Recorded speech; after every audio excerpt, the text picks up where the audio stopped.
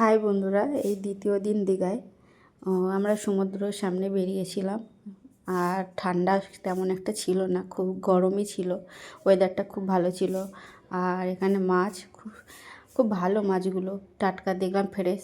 তার জন্য চয়েস করে নিয়ে নিলাম ফিশ কাবাব, ভেটকি মাছের আর আমুদি মাছ ভাজা। এই দুটোই আর কি খাওয়া দাওয়া হলো, খুবই ভালো লাগলো খেয়ে।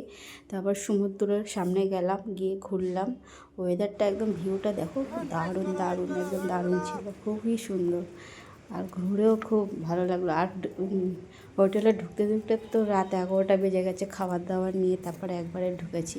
আর আমার মেয়েটা খুবই খুশি হয়েছে। আর অনেক বাচ্চা কাচ্চা দেখছে গিয়েও, আর তাদের সাথে খেলাধুলো করার জন্য দেখো ব্যস্ত হয়ে পড়েছে, কোনো বাচ্চাকে বাদ দিচ্ছে না দেখতে।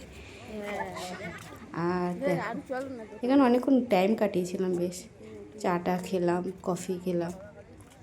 তোমাদের দাদাভাই দেখো আগে আগে হাঁটছে। খানিকটা সেলফি নিলাম, ভিডিও নিলাম। আরও অনেক ভিডিও করা হয়েছে, তো আস্তে আস্তে ছাড়বো, দেখতে থাকো।